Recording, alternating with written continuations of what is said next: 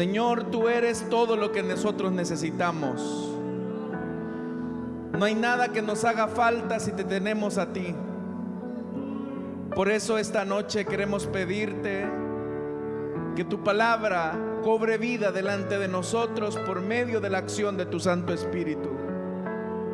Señor, tomamos la promesa que has dado de enviar tu palabra esta noche, conscientes de que tú has de hacer lo que te has propuesto hacer con ella.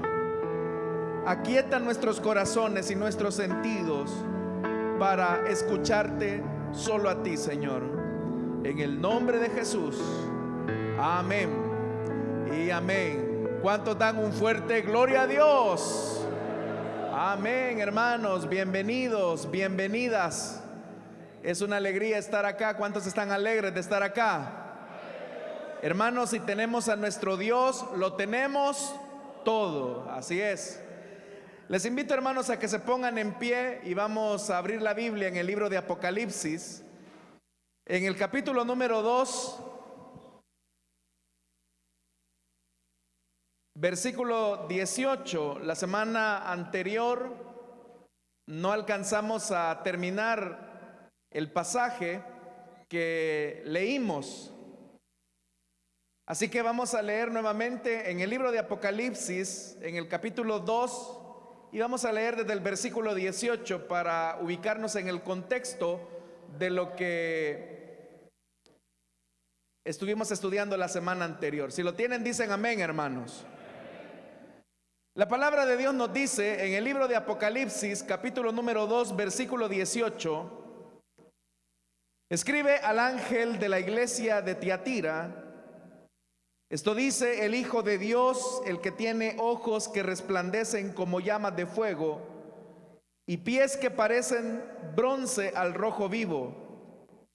Conozco tus obras, tu amor y tu fe, tu servicio y tu perseverancia. Y sé que tus últimas obras son más abundantes que las primeras.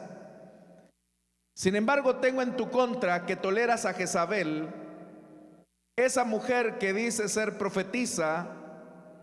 Con su enseñanza engaña a mis siervos, pues los induce a cometer inmoralidades sexuales y a comer alimentos sacrificados a los ídolos.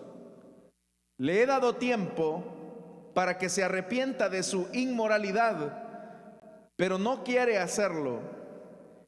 Por eso la voy a postrar en un lecho de dolor, y a los que cometen adulterio con ella los haré sufrir terriblemente, a menos que se arrepientan de lo que aprendieron de ella. A los hijos de esa mujer los heriré de muerte. Así sabrán todas las iglesias que yo soy el que escudriña la mente y el corazón, y a cada uno de ustedes los trataré de acuerdo con sus obras. Ahora, el resto de los que están en Tiatira, es decir, a ustedes que no siguen esa enseñanza, ni han aprendido los mal llamados profundos secretos de Satanás, les digo que ya no les impondré ninguna otra carga. Eso sí, retengan con firmeza lo que ya tienen hasta que yo venga. Al que salga vencedor y cumpla mi voluntad hasta el fin, le daré autoridad sobre las naciones, así como yo la he recibido de mi Padre, y él las gobernará con puño de hierro, las hará pedazos como a vasijas de barro. También le daré la estrella de la mañana. El que tenga oídos, que oiga lo que el Espíritu dice a las iglesias. Amén. Hasta ahí dejamos la lectura, hermanos. Tengan la bondad de tomar sus asientos esta noche, por favor. Hermanos, la semana pasada, cuando iniciamos el estudio de esta carta a la iglesia de Tiatira, comenzamos a ver que en realidad esta ciudad de Tiatira era de las menos importantes de Asia Menor.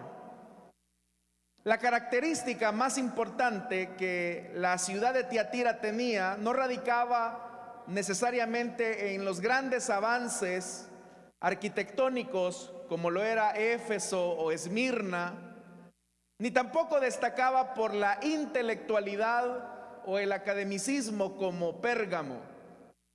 Tiatira era una ciudad muy comercial, pero era una ciudad muy pequeña.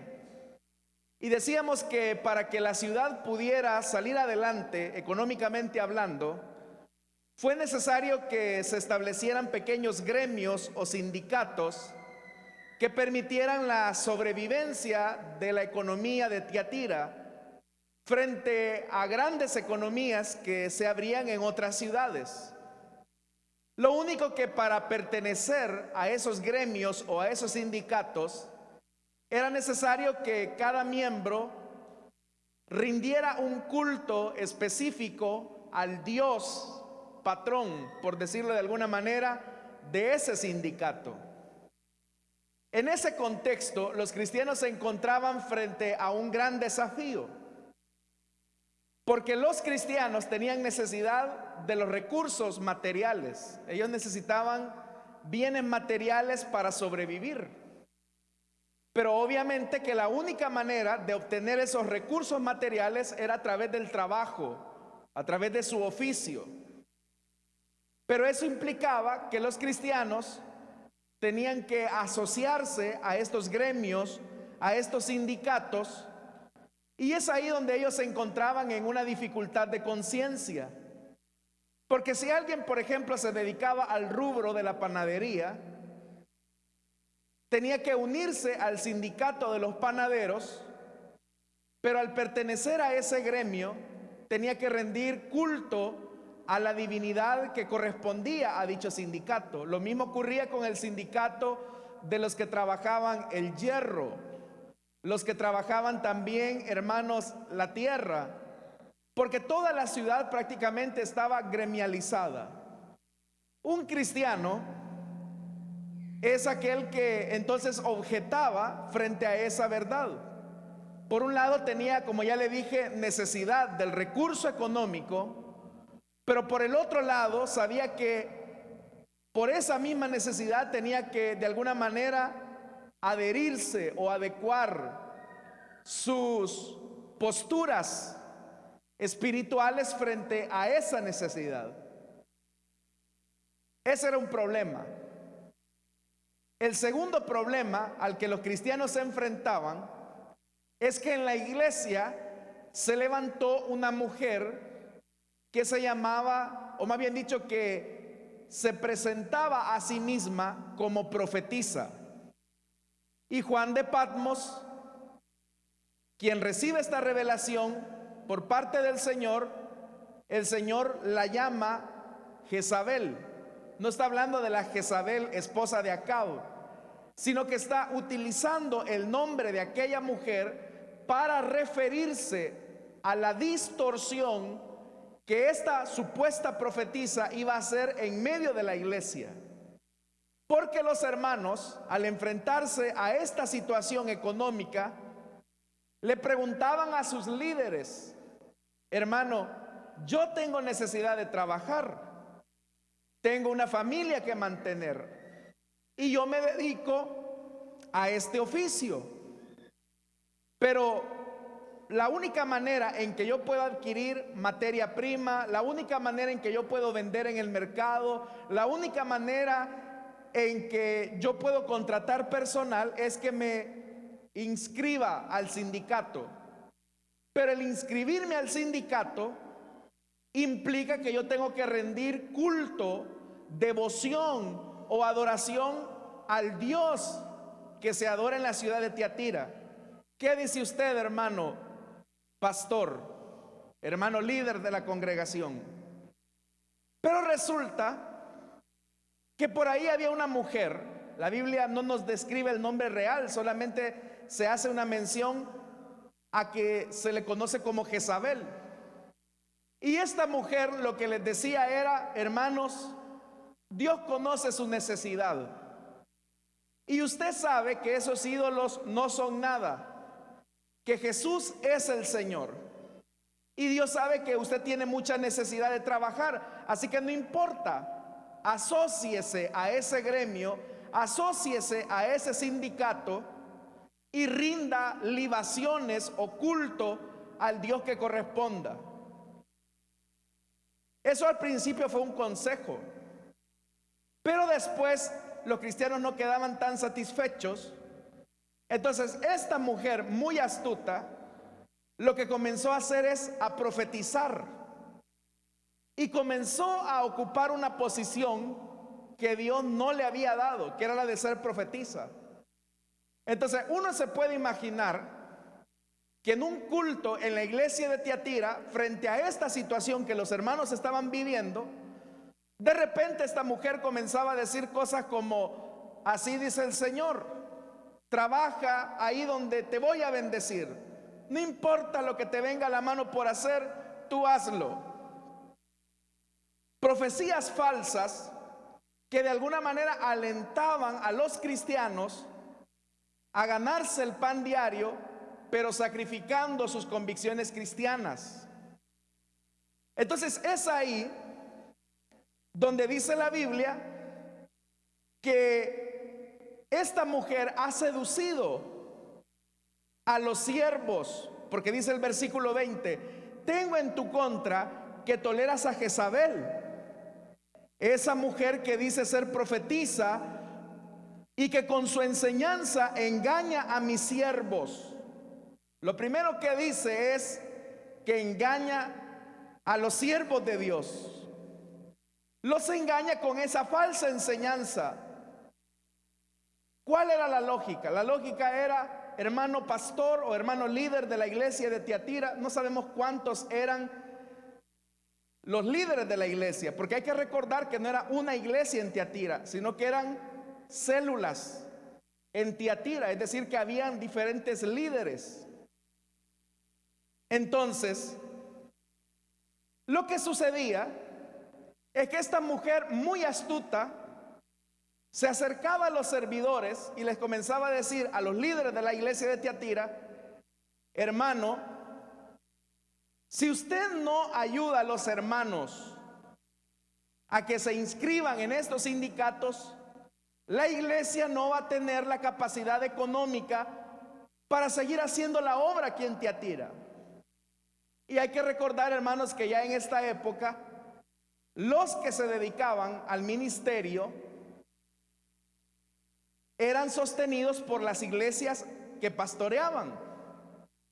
Entonces esta mujer muy astutamente se logró colar entre los líderes y comenzó a decirles ese tipo de cosas: oiga, hermano, si usted no anima a la iglesia a que se sume a esos sindicatos, la gente no va a tener recursos económicos. Y al no tener recursos económicos, la gente no va a ofrendar, la gente no va a dar sus aportaciones. Y al no haber aportaciones, usted no va a tener lo necesario. Entonces, con el tema material, esta mujer jugaba mucho. Pero ya le dije, el agravante de esa enseñanza es que se mezclaba con dos cosas. Por un lado, torcer la escritura. ¿Y cómo la torcía? Diciendo ese tipo de cosas. Usted sabe, hermano pastor, hermano líder, que esos son muñecos, esos son ídolos, nada son, dijo Pablo. Así que no importa. Lo que usted haga afuera no importa, porque usted en su interior sabe que Jesús es el Señor.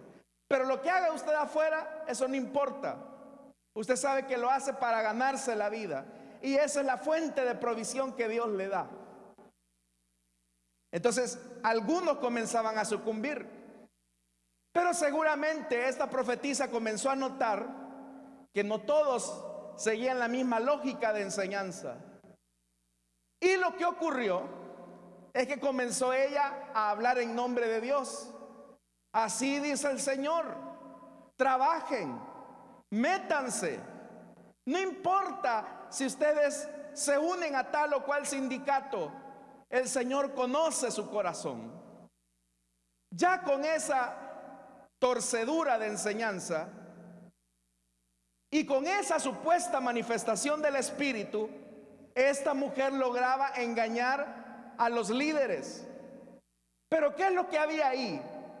Lo que había es que estos líderes de la iglesia adulteraban con esta mujer, no sexualmente, sino que adulteraban con su enseñanza.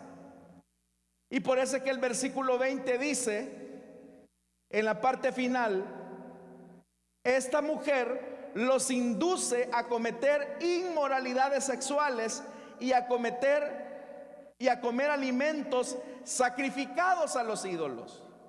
¿Por qué razón? Porque la seducción del dinero ponía a pensar a estos líderes de la iglesia, es verdad. Y si los hermanos no trabajan, ¿cómo van a ofrendar? ¿Cómo van a sostener el ministerio? Y si no traen sus aportaciones, yo me voy a morir de hambre.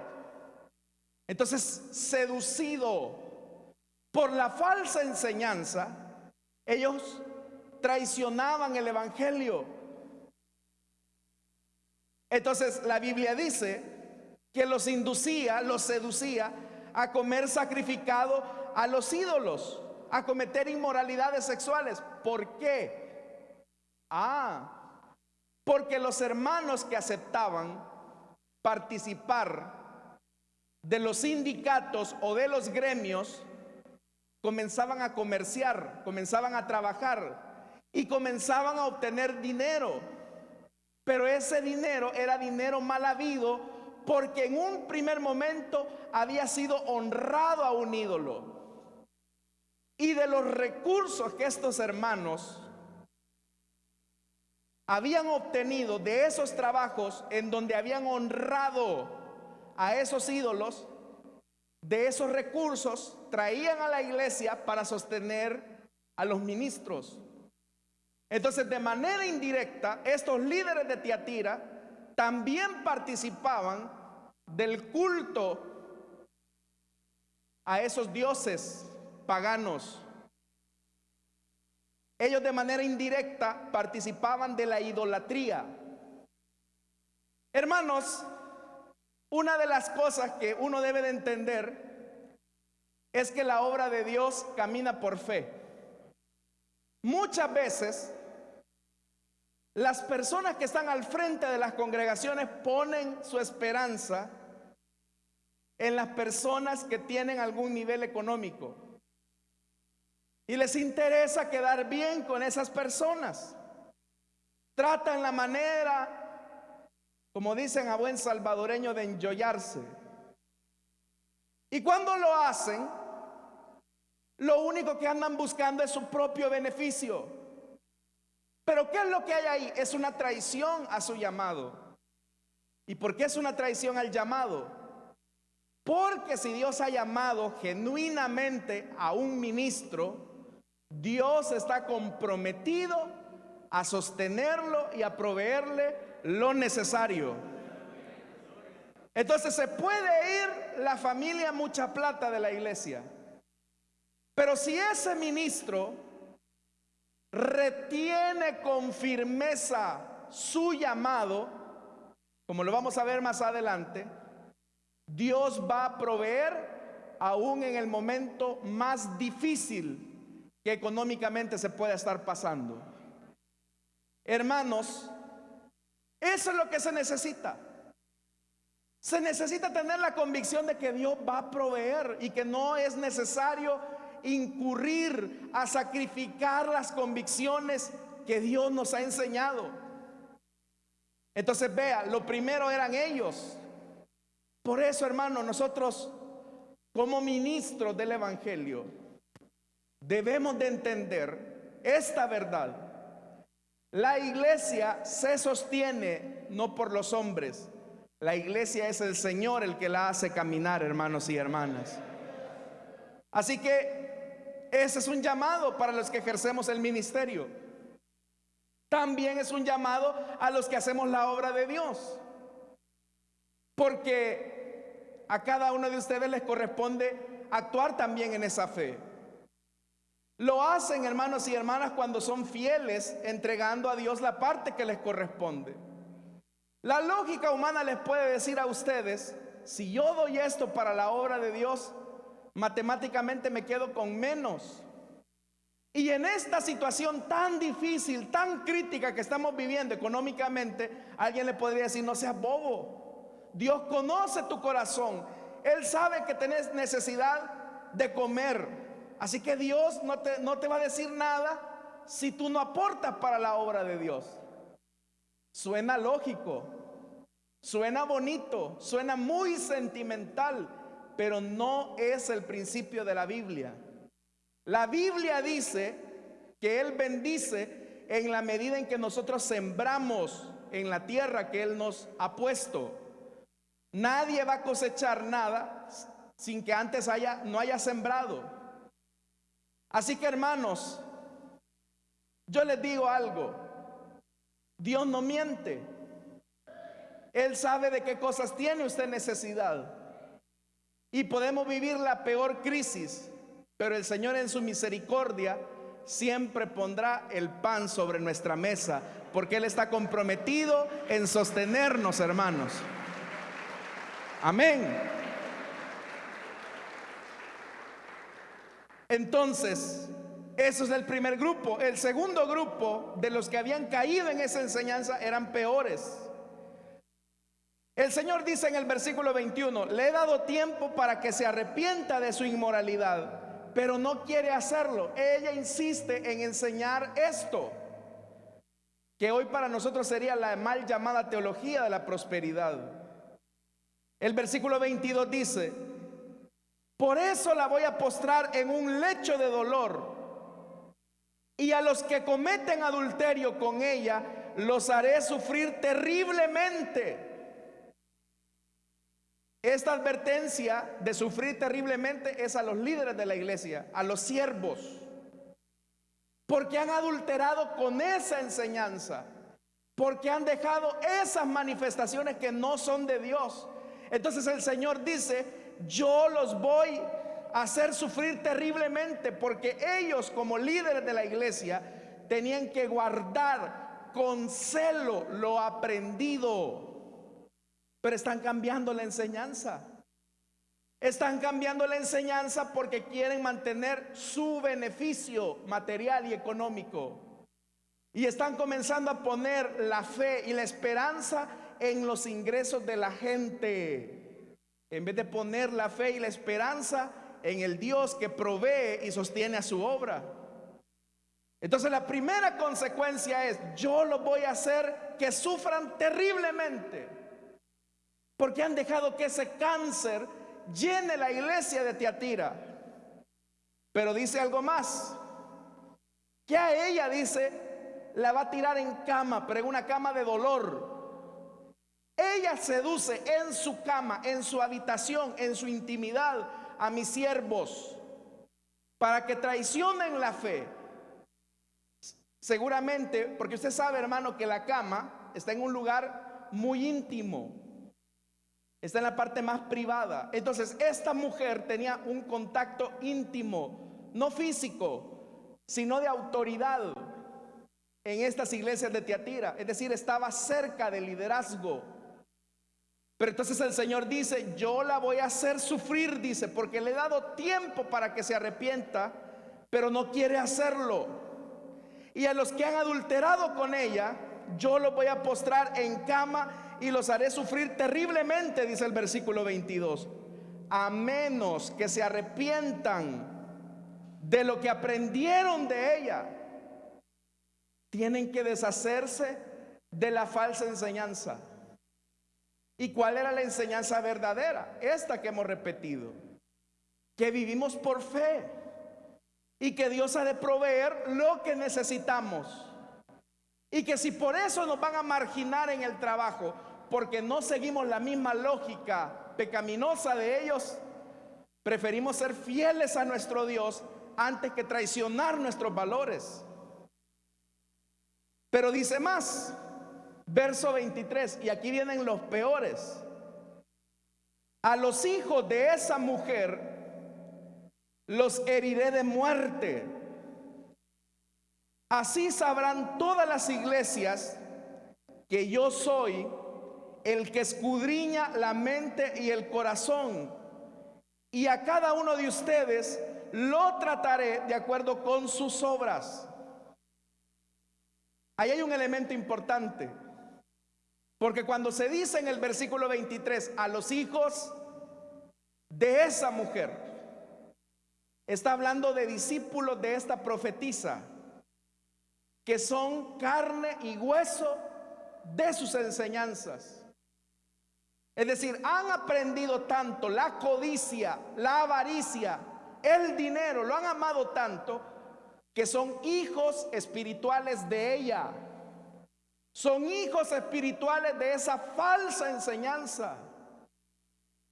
Pero en eso también el Señor se está distanciando y Él está diciendo: son hijos de esta Jezabel, pero hijos míos no son. Y a estos hijos dice: yo los voy a herir de muerte. Entonces vea cómo el Señor va a tratar a quienes no son hijos de la enseñanza que Él ha dado. Los va a herir de muerte. Esta idea de herir de muerte a los hijos de ella tiene, hermanos, un eco en lo que ocurrió en el libro de Éxodo, cuando usted sabe que el Señor le da instrucciones a Moisés y a Aarón para que le digan a los israelitas que coloquen sangre de la que habían derramado de aquel cordero que se convertiría en el cordero de Pascua, para que colocaran la sangre sobre los postes y los dinteles de las puertas, porque el espíritu de muerte iba a entrar en toda la tierra de Egipto e iba a matar al primogénito de todo varón egipcio. Pero los que estuvieran bajo la sangre del cordero, estos no serían traspasados por la muerte. Entonces ahí hay un elemento importante, y es que los cristianos, los verdaderos discípulos de Dios, son fieles a las enseñanzas del evangelio. No andan siguiendo modas de las que abundan ahora en el mundo evangélico y especialmente en el neopentecostalismo.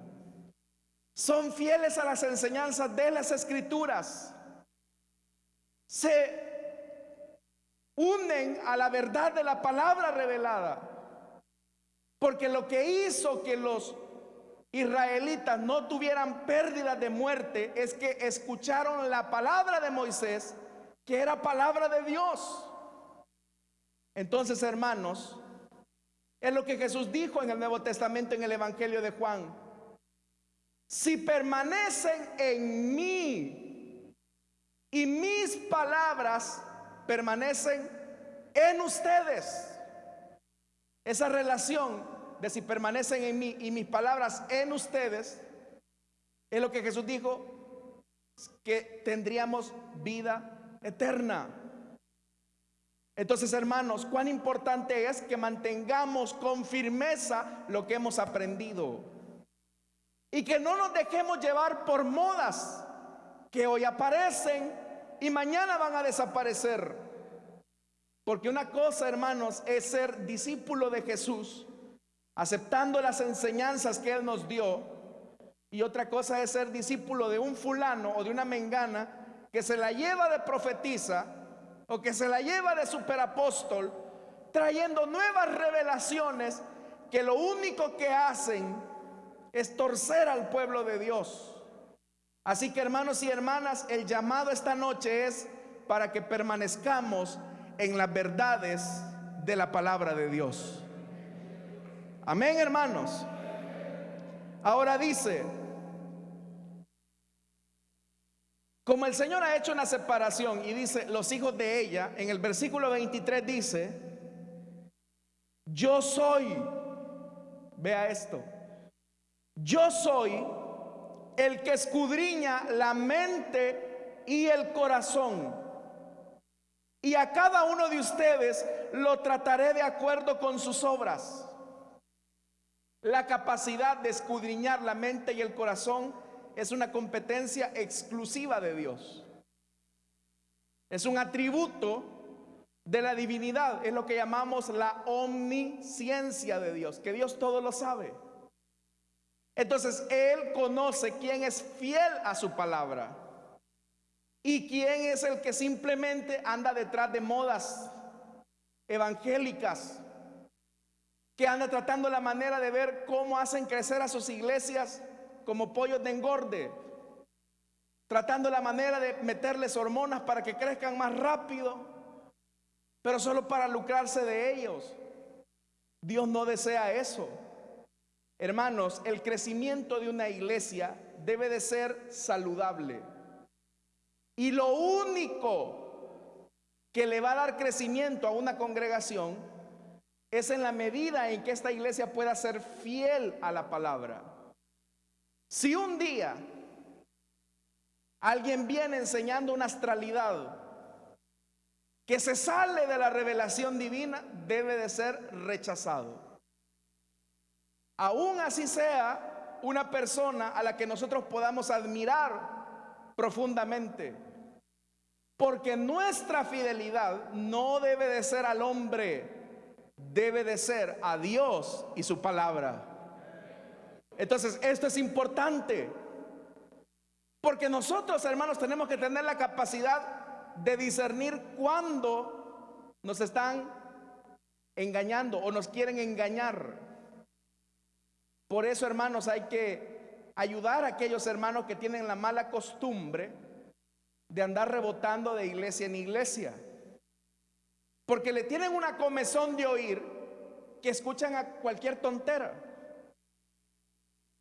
Y en esas tonteras que a veces oyen son cosas que no tienen fundamento bíblico, pero eso le hace daño a la iglesia. Por eso, hermanos, para nosotros la centralidad de esta iglesia siempre debe de ser la palabra de Dios, lo que Dios dice. Ahora dice más. Ahora al resto, verso 24, ahora al resto de los que están en Tiatira, es decir, a ustedes que no siguen esta enseñanza ni han aprendido los mal llamados profundos secretos de Satanás, les digo que ya no les impondré ninguna otra carga. Lo que el Señor les está diciendo es: ustedes que han puesto su confianza en mí y no han puesto su esperanza en esa falsa enseñanza, yo les voy a dar lo que necesitan, porque han sido fieles.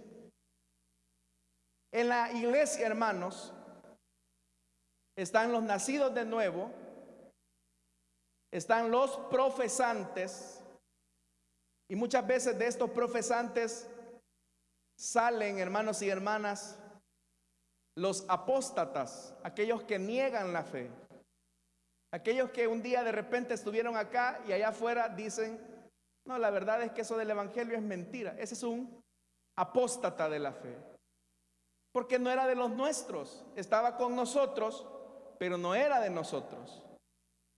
Pero también están, ya le dije, los que son confesantes, aquellos que se confiesan evangélicos, pero no han nacido de nuevo.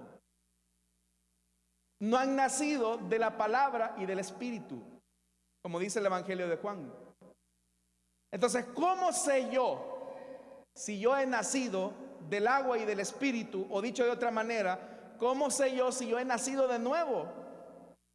Ahí lo dice la Biblia, que dice que no aprendieron los mal llamados profundos secretos de Satanás. El que es de la verdad ama la verdad. El que ha nacido de nuevo, aun cuando la palabra pueda ser muy dura, así como cuando Jesús, hermanos y hermanas, reprendió a sus discípulos y le llegaron a decir: maestro, la gente se está yendo, nos estamos quedando vacíos en el culto porque tu predicación es muy severa. Jesús les tuvo que decir a ellos: y si ustedes quieren irse, ahí está la puerta, ábranla, hermanos de protocolo, denle, que les vaya bien. Bueno, no les va a ir bien, pero hubo una respuesta muy contundente de los discípulos, es: Señor, ¿y a quién iremos si solo tú tienes palabras de vida eterna? Amén, hermanos. Entonces, ¿cómo sé yo que soy nacido de nuevo? En que amo la verdad. Amo la verdad de la palabra, aun cuando esa palabra me incomode. Pero cuando una persona no ama la verdad, comienza a decir cosas como: no, es que esa iglesia es muy tradicionalista. No, es que ahí no pasan de lo mismo, siempre lo mismo.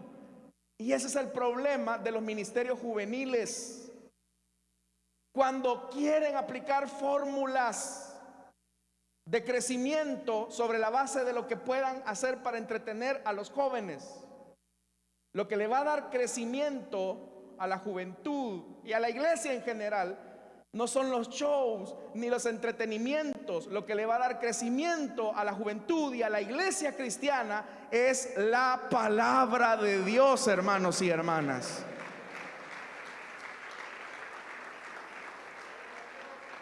Eso es importante. La palabra. La palabra. Y si por eso, hermanos, vamos a ser catalogados como tradicionalistas, pues yo prefiero mejor eso a que el Señor me diga que soy un traidor porque he traicionado la fe. Por eso, hermanos, seamos fieles a Dios. Y el Señor dice: ustedes que no han escuchado esas malas enseñanzas que son secretos de Satanás, el Señor les hace una advertencia. Verso 25. Eso sí, es una advertencia. Eso sí, retengan con firmeza lo que ya tienen hasta que yo venga. Entonces vea que el evangelio no cambia. El evangelio es el mismo. La palabra de Dios es la misma. Retengan con firmeza lo que ya tienen hasta que yo venga. No adulteren la palabra para beneficio propio. Y el versículo 26 da una promesa, que es lo que aparece en todas las cartas del Apocalipsis.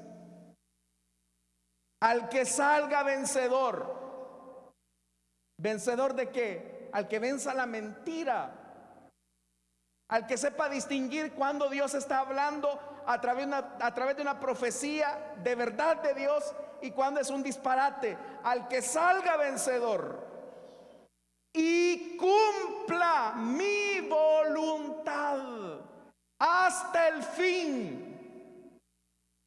Porque uno puede cumplir la voluntad de Dios por un tiempo, y cumplimos la voluntad de Dios porque amamos la verdad. ¿Y quién es la verdad? Jesús es la verdad. Él dijo: yo soy la verdad y la vida. Entonces tienes que retener con firmeza las verdades que has aprendido del Señor hasta el fin. Y dice el verso 26: le daré autoridad sobre las naciones. Si ellos en sus gremios, en sus sindicatos, no les dan acceso porque ustedes mantienen con firmeza lo aprendido, no se preocupen por pertenecer a una directiva de panaderos o de herreros. Si los desprecian porque mantienen con firmeza las verdades del evangelio, si los desprecian del sindicato de pescadores, no se aflijan, porque dice el Señor: yo les voy a dar autoridad no sobre un sindicato o sobre un gremio, yo les voy a dar autoridad sobre las naciones de la tierra, dice el Señor. Entonces Dios está diciendo que Él va a honrar ¿a quiénes? A los que le honran.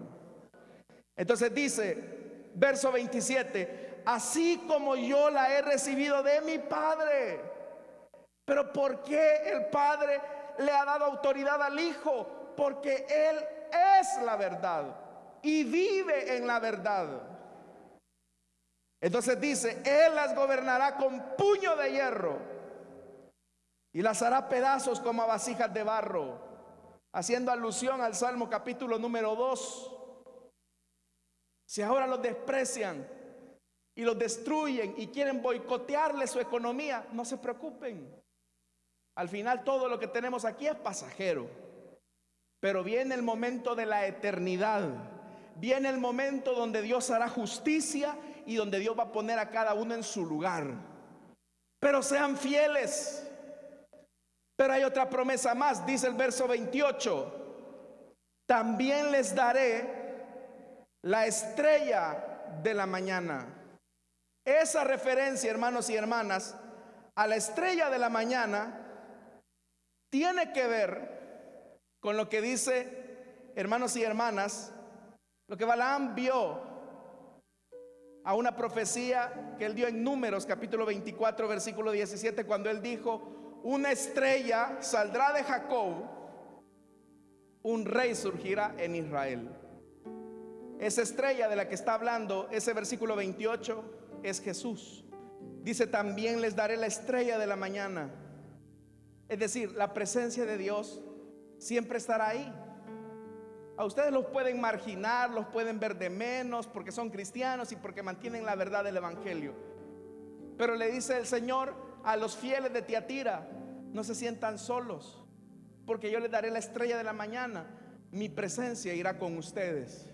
Así que, hermanos, si a usted lo marginan en su trabajo porque es honesto, porque es correcto, si a usted lo ven de menos porque usted mantiene sus principios cristianos, y usted se siente solo y dice: es que aquí todos en el taller son unos grandes plebes, aquí todos en la fábrica roban y yo no lo hago y por eso me desprecian y me siento solo. No, hermano, la estrella de la mañana está con usted, alumbrando su camino. La presencia de Dios camina con usted y no lo suelta, no lo suelta, no lo suelta.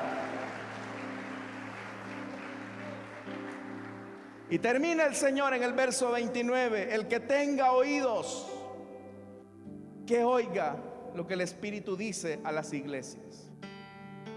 Hermanos, a veces ser cristiano y ser fieles a nuestras convicciones nos va a hacer pasar momentos de pobreza. Ya no dijeron amén, hermanos. Creo que no sirve el sonido. Les decía, a veces ser creyentes y ser fieles a nuestras convicciones nos va a llevar a momentos de pobreza. Pero esta es una pobreza temporal, porque del otro lado de la eternidad nos espera una riqueza en gloria, hermanos. Amén. Amén, hermanos. Vamos a orar, hermanos. Vamos a cerrar nuestros ojos. Y teniendo nuestros ojos cerrados, quiero hacer una invitación para aquellas personas que desean entregarle su vida a Cristo o que desean reconciliarse, para que puedan levantar su mano y en el lugar donde están orar por ustedes. Si usted desea incluso venir hasta el frente, no hay ningún problema, lo puede hacer. Para nosotros el que usted se ponga en pie es solo una señal. Es solo una señal que usted quiere tomar esta decisión. ¿Habrá alguien esta noche que desea entregarle su vida a Cristo? Póngase en pie y queremos orar por usted. Vamos a orar. ¿Habrá alguien? ¿Habrá alguien que quiera hacer esta oración? Le invito para que en el lugar donde está se ponga en pie. O si hay alguien que desea reconciliarse, también lo puede hacer.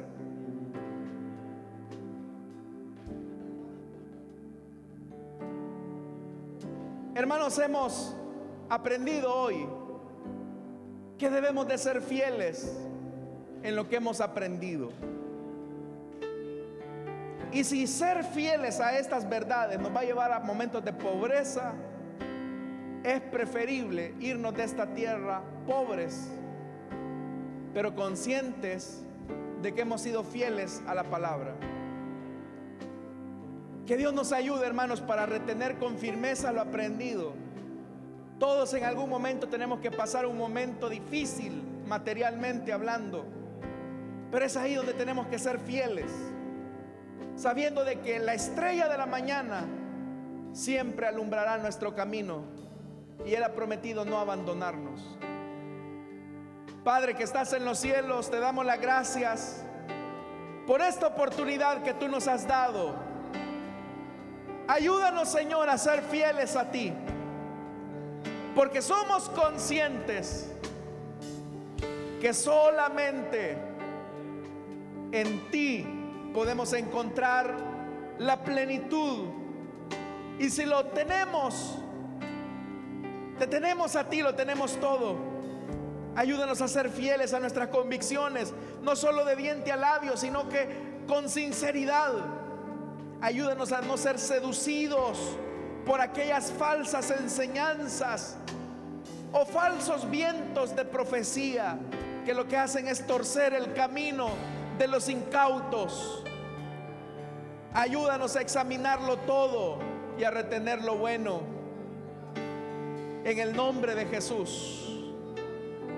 Oramos también, Señor, por nuestras aportaciones, para que tú bendigas, Señor, cada una de nuestras ofrendas y de nuestros diezmos que traemos a ti. Las presentamos, Señor, no como un gesto de obligación, sino como gratitud de nuestro corazón hacia ti. En el nombre de Jesús, amén y amén. Damos fuertes ofrendas de palmas a nuestro Dios, hermanos.